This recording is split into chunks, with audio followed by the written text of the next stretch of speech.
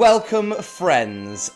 Big news here on recording day. I don't know if you've seen this in the news. Tuna at Subway is not tuna. There are 15 fish that you can kill and put in a can and call a tuna. And the tuna they sell at Subway does not contain enough of that to be called tuna. But do not worry anymore, because this National Treasures interview is 100% National Treasures interview. There are two comedians that you can use and call National Treasures interviews, and we're both here today. It's me, Will Duggan, and it's you, Laura Lexx. Hello, how are you?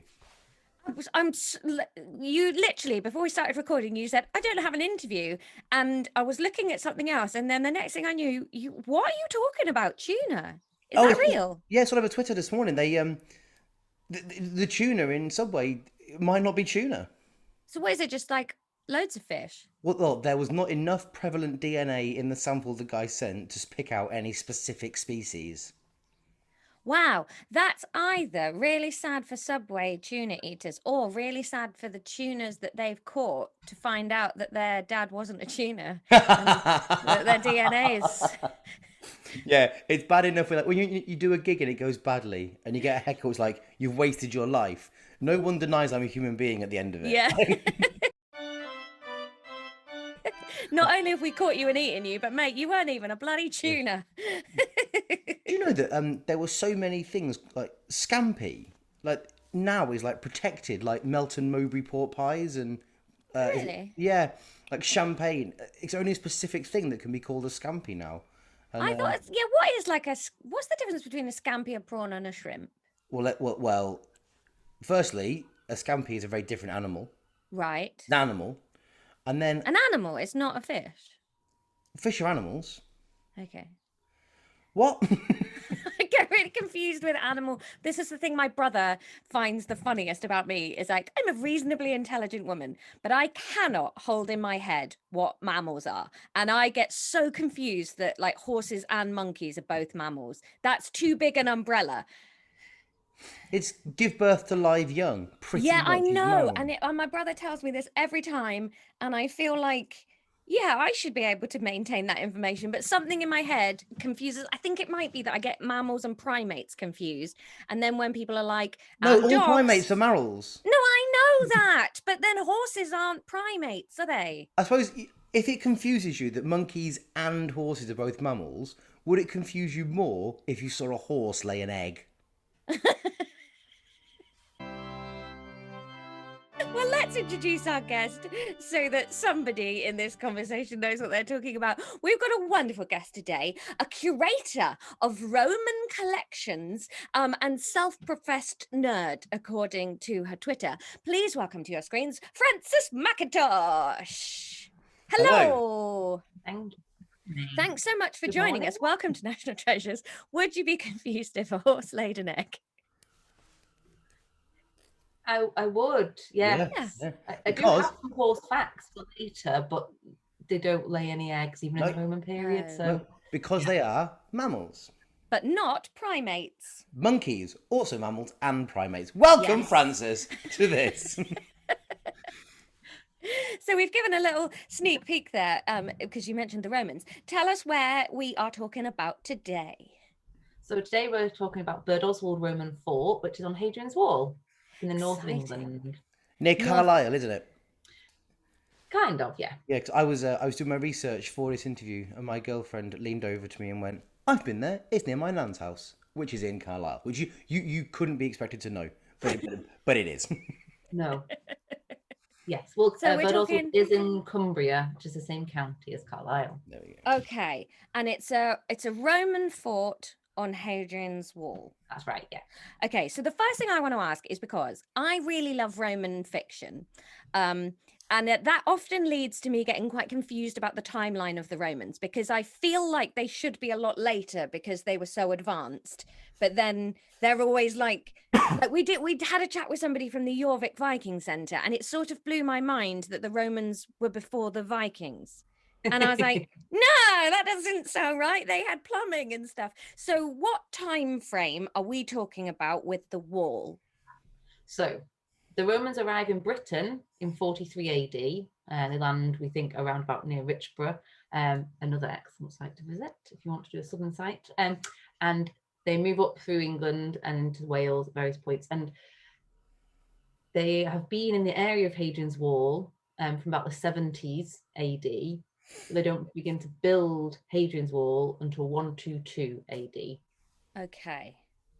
So that's okay. So we're talking that nearly 80 years of occupation then by the time the wall gets kicked into place. So in terms of Roman occupation, they land, how quickly is it before a good portion of the country is under their control? Well, it depends, doesn't it, on what you believe. Do you believe what the writers say, which is, some of it will be propaganda to, support the emperor. It's all under control.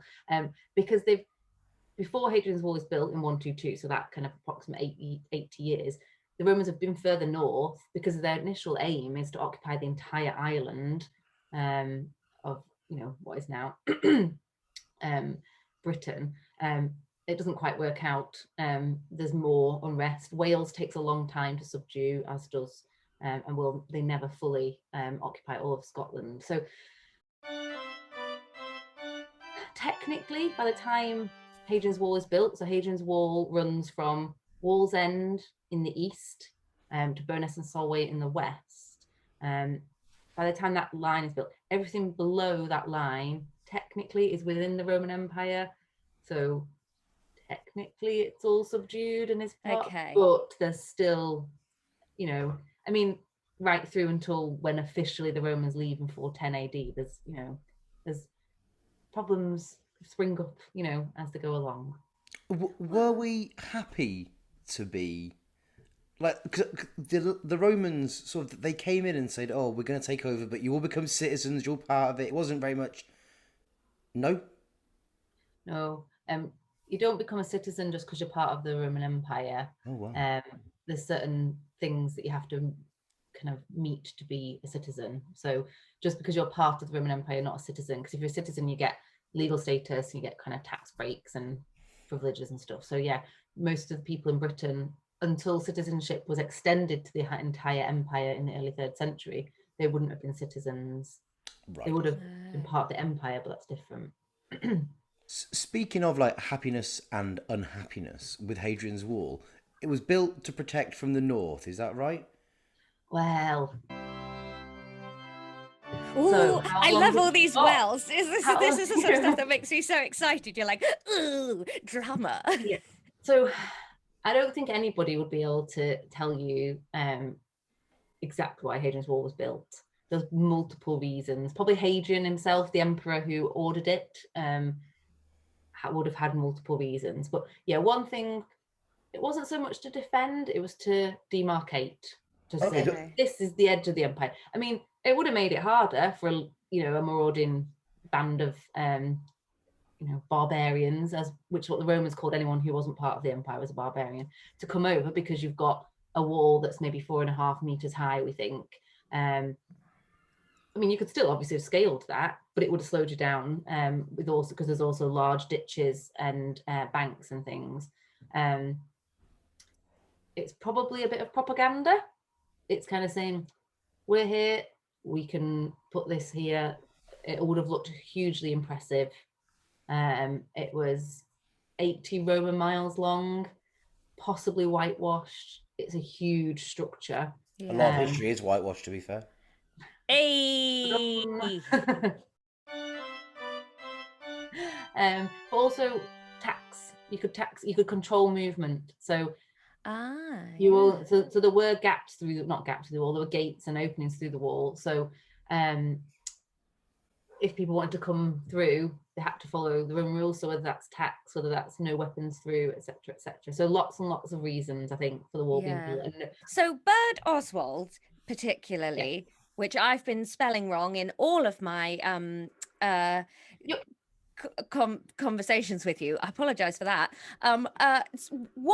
What's is this like? Just like one fort that we found? Is it a particularly big fort? What's the story with Birdoswald? So on Hadrian's Wall there were 16 forts, kind of approximately equally spaced, and Birdoswald's just one of those forts. And there's lots that you can come and visit today. So but also just one of the ones that you can come and visit. But it's really interesting because you can visit there and find out about the whole history of the building of the wall and life in a fort, and then life after when the Romans left. So it's interesting because from Birdoswald you can walk a mile or so east and you can see all the features that Hadrian's Wall was made up of. So Hadrian's Wall isn't just a wall. Every Roman mile there's a mile castle, and in between each mile castle there's 2 turrets. If the wall had to cross the river, there's a bridge. There's a very impressive bridge abutment you can see. And also at Birdoswald you can see the change in planning.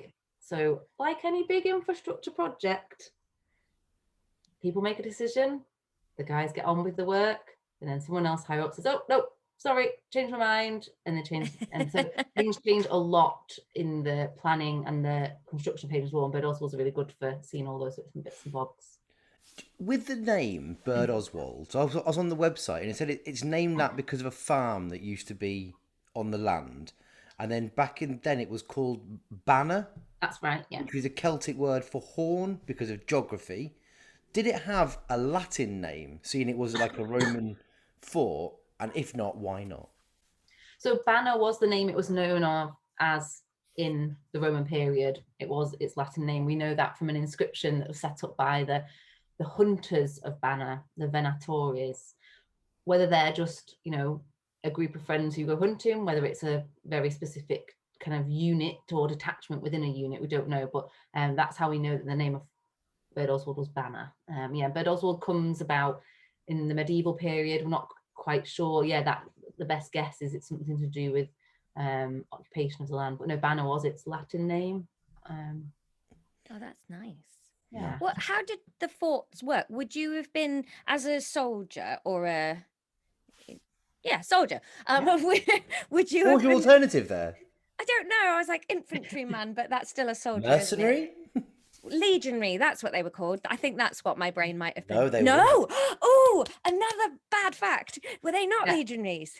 So the legionaries built the wall. Right. So Will said earlier, wouldn't everyone in Britain wanted to become part of the empire because then they get citizenship? So one of the ways you could get citizenship was by joining the auxiliary troops, which are the non-citizen soldiers, and serving for 25 years. However, the legionary troops are already citizens. They're higher paid, supposedly more skilled. And in a legionary unit, kind of like in the modern army today, there were surveyors, there was bricklayers, there was builders, etc. So the 3 legions who were already based in Britain, the 2nd from Cellian in Wales, the 6th from York, and the 20th from Chester came up and built the wall. So that's maybe about 15,000 men, 5,000 in a legion if they all came up. So they came up and built the wall, but the soldiers who lived on the wall and manned the wall, they're auxiliary troops. So they're non-citizen soldiers, so they're less well paid, and they're from all sorts of provinces all around the empire. So we've got people from all over the empire stationed up on the walls. It's really multicultural. And there's not any Italians in skirts. In the books that I'm reading, that they sort of refer to them as like the first Thracian cavalry. So would you have been in a fighting troop with other people from the same provinces as you? Like a dance troupe or an improv troupe, a fighting troupe. Morris. This is the origins of Morris dancing. Did you not know? Everybody sticks a staff in the ground and dances around it. Would they have grouped soldiers in from provincial groups?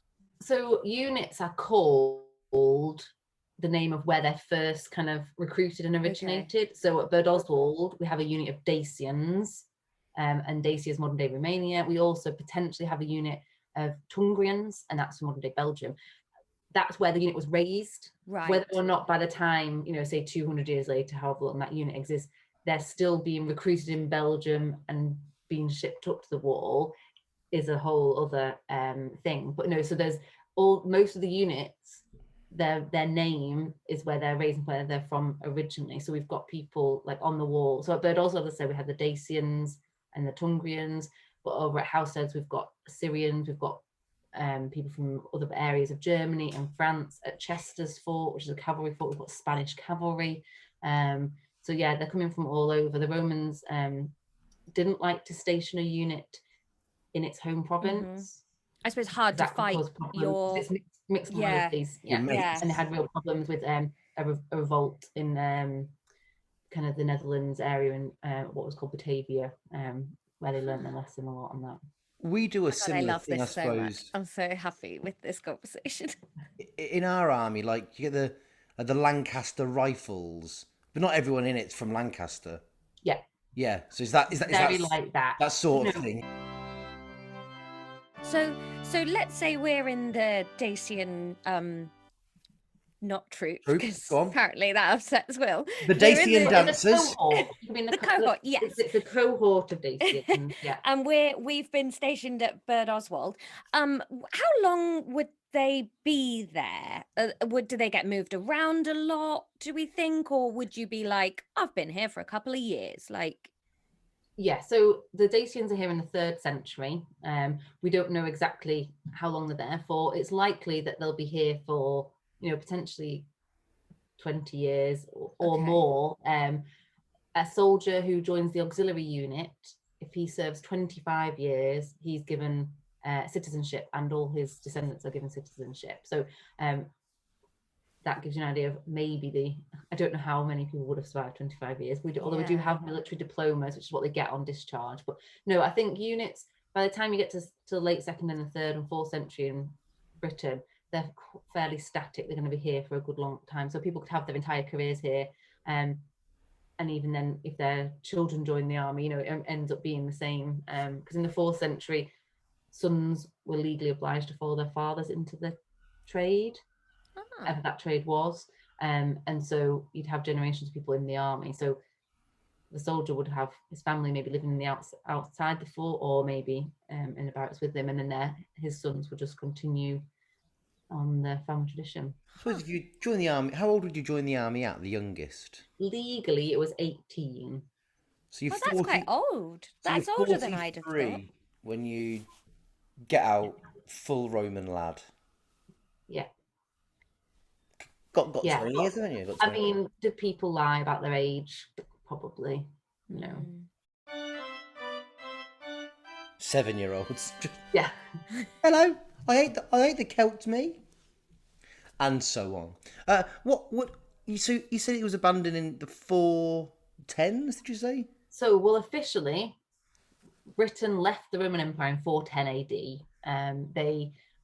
That's the kind of the legal end of the empire. Basically, they were having problems with raids. They sent a letter to the emperor and said, can you come and help us? And he said, no, you're on your own. So that's officially the end of 410. It's 410 is the end of the Roman Empire in Britain. But so the soldiers would have stopped getting paid if they stayed, but there wasn't a big mass exodus of everybody. Maybe some of the higher echelons would have gone because there was no formal system. But Birdoswald, one of the reasons Birdoswald's so exciting is that excavations in the 80s and 90s looked at what happened on the site after the end of the empire. And one of the granaries was converted into a kind of a hall. I don't know if you think about Lost Kingdom. We've seen Lost Kingdom, another historical thing about Uhtred and stuff. And so that anyway, in the early medieval period, dwelling houses, a big long hall, with a fire, and you will live and eat and work all in one space. The granary seems to have turned into a kind of a long hall like that, and there's occupation there until at least the 6th century. And so there's no break in occupation. So it's the soldiers just staying there. It makes sense for them to stay in the fort because it's a fortified base. So, the thoughts are that any of the soldiers that did stay, because they have probably been there for a couple of generations, they've set down roots, their families are there, and they probably became kind of a little bit like war bands, or you mentioned mercenaries earlier, Will, but they're looking after their area because they'll have farmland to supply themselves, but also they're armed men, so they could probably hire themselves out. So from the excavations at Birdoswald and sort of pairing that with writings, I suppose, do we know much about like how many people lived in the fort? Like what was a day like there? Is there much sense of that? No, so the fort would have held maximum 1,000 men, so a unit of 1,000. Probably more likely there was maybe around 800 most of the time. But we don't know at all times what the units were in when it was first built. We think it might have been a unit from Tungria, so in the Low Countries, Netherlands. And then we haven't really got any evidence until the 3rd century, which then we have the Dacians. Then around the fort and around every fort on Hadrian's Wall is an extramural settlement, so a settlement outside of the walls, which often would have had civilian so it's kind of part of the wider military community, because a lot of people who lived there would have been related to the military, whether or not they were dependents, other family. But then it's also people living in that to make money from the soldiers. So the soldiers are paid in cash, haven't got anywhere to go. So if you set up a pub or a laundry or a shop to sell pottery or to fix boots or sell, so the Roman army loved bling. All the Romans loved bling. So if you're setting up, you have a shop and you're making mounts and brooches and stuff, you're going to make money because the army can come and soldiers will come and buy it, and they've got cash. Will, Yes, mate. Your archaeology that you like, Yeah. how many years / centuries / millennia before the Romans is that? So it's about 2 or 3 millennia before British Neolithic, so it's like 3000 BC. Aye. Okay. Okay. Yeah, I did an archaeology degree, poorly. Well, prehistory, you can just make it up, can't you? What, can and do. We used to one of my lecturers, I've mentioned this before, Dr. Colin Richards, he used to call the Romans the Nazis of the ancient world.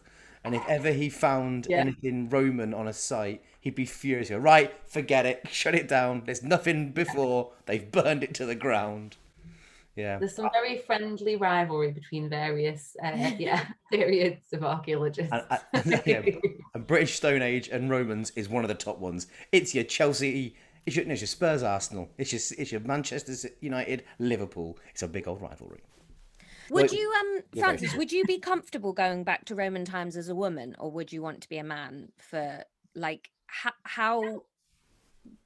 I mean, I know you said women couldn't be in power and stuff, but I feel like with Romans, you often hear about these women that were married to emperors and poisoning babies to get their son on the throne and stuff. But the average woman, was she all right? Was she having an okay time?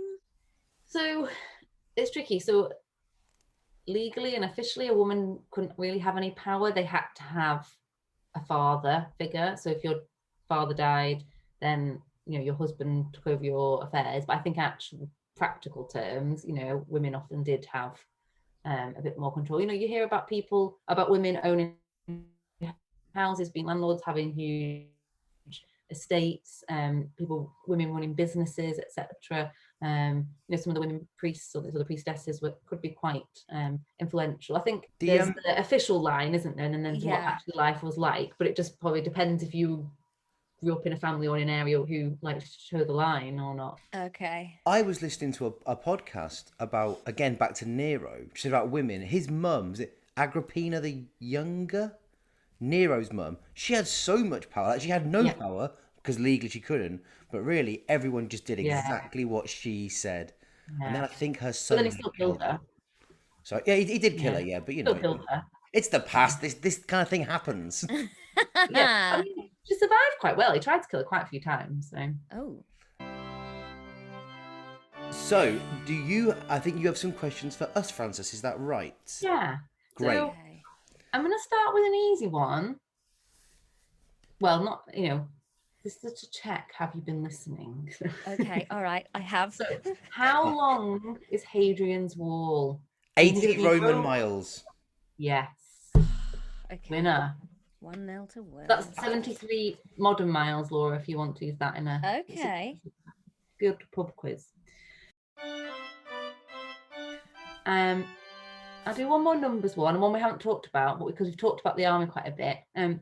That's 1-0 to me. For the first time in so long, Frances, I've taken an early lead in the quiz. I'm feeling good.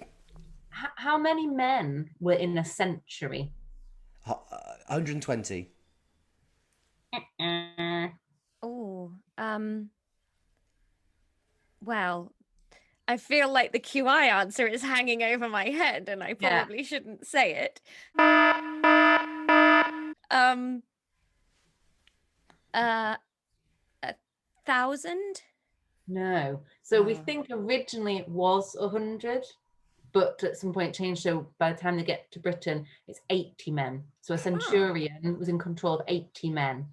And that split down into 10 units of 8, a contubernia. So those 8 men would share a tent when they're on march and a barracks room when they're in the fort.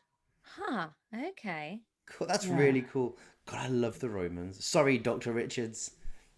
I've defected. Screw you, caveman. Sorted it out. Yeah. If you went to the toilet in the Roman period, might you have to share your space with somebody? Yeah. Yes. And now, do you my know- brain is immediately flashed up with horrible histories, Terry Deary, and a picture of a stick with a little sponge on the end of it. Yeah. That is burned into my memory from childhood. And your bumhole. Yeah. So at Housesteads, we have some latrines, which are extremely well preserved, and they seated 16 people. Whoa, that's a lot of bums. But there's been no sponges ever found in Britain. Ah. So we think they would probably have used moss or leaves, and actually an excavation on the Hadrians Wall, which is a whole other podcast, found in a bathhouse at Bear's Den, lots and lots of moss in the bathhouse. So we think they would have used that. Okay, last question. Right, okay, I can draw. still salvage a draw. Lexx. Yeah. Come on, Laura. Why did the Romans carve phallic symbols on buildings or on ornaments that they wore? Because they were top lads. I mean, I draw dicks on so much. Did they have ADHD? Is it something to do with fertility? Is it to show where the brothels are? Do they just love dicks? Sorry, Francis. What was the answer? I obviously picked this topic because I thought there was some material there. So the phallus was an apotropaic symbol, which meant it warded off evil. So when you were saying, was it, saying this to marauders? No, it was saying go away to anything bad. Oh. It was like the evil eye, that we still see in Greece. Yeah. The evil eye was also something. If you had the evil eye, say on your clothing or in your house, or you had a phallic symbol, it warded off bad luck and evil things and spirits. Is the quiz a draw then? Well, I think Laura was not far off. Yeah. Really. Yeah. Then I'll take it. That's a draw. That's 2-2. Oh, Fantastic. Good. Right. It's sad to have lost a Roman quiz. Francis. Obviously, I think the majority of the people who watch this YouTube channel are in the UK. They probably know who the Romans are. They probably know what Hadrian's Wall is. But if they don't, can you give us an elevator pitch for why you should go there, who should go, who's it for, in about 30 seconds? Thank you. So come to Hadrian's Wall to find out what life is like on the northwestern edge of the Roman Empire. You can find about life as a soldier, a cavalryman, and also come and walk along the Roman High Street at Corbridge Roman Town. You see all aspects of life. I want to go now.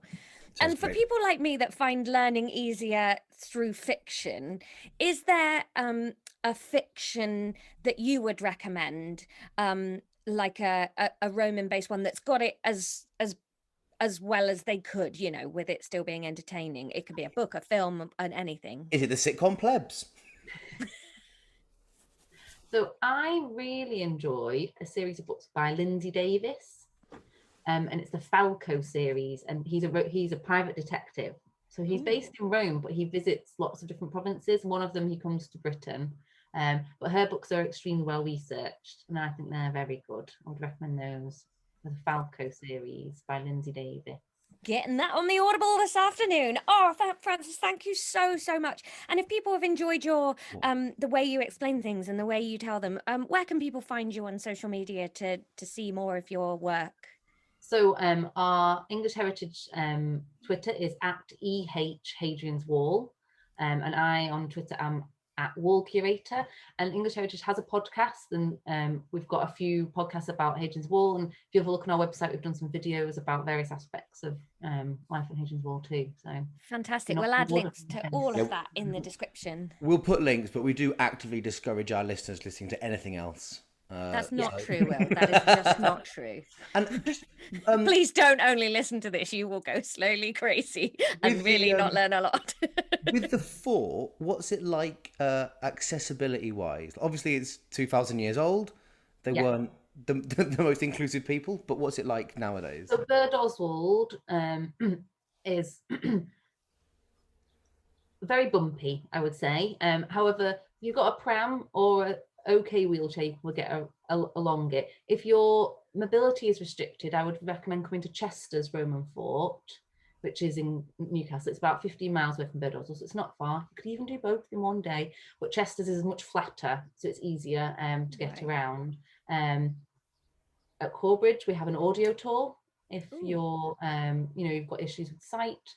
So yeah, there's different ones. Birdoswald, we've got a small exhibition space, and you can get around some of the site, but it's a field with a lot of unexcavated archaeology. It's quite lumpy and bumpy. Yeah. Amazing. Thank you so much. This has been great. Thank you very much. Frances McIntosh from the English Heritage, everybody. Done. There we go. What do you reckon, Laura? Should we go to I'm so overexcited. This is honestly just my favourite thing to talk about in the whole world. And now all I want to do is just go and when you just get on like a Wikipedia skim, just jumping about from you start reading one thing and then you're like, that sounds interesting and I don't know what that is. Boop, over there. That's all I want to do now. You can do that. I can't. I've got loads of work to do today. Okay, you, the listener, the viewer, can do that. I really want to go. I want to go anywhere, but I want to go there first. Yeah. I want to buy a toy. Is it a phalanx? The sword. I want to get one of those toy. I'm going to buy one of those today. Phalanx. Phalanx. F-A-L-X. F-L-A-X. F-A-L-X. Sweet dreams, my F-L-A-X. Rachel Stevens. If you, like us, you can follow us on Instagram and Twitter at TreasuresPod. You can send us a lovely little email at naturaltreasurespodcast@gmail.com. You can get on our Patreon on patreon.com/naturaltreasures. You can go on Reddit. You can go on Discourse. You can write me a letter. You don't know my address, but throw it into the wind and hope for the best. How else, Laura? Anything else? No, but we love you and thanks for watching. Please share the video and like and subscribe if you don't already. See you next week. Bye. For the glory of Rome.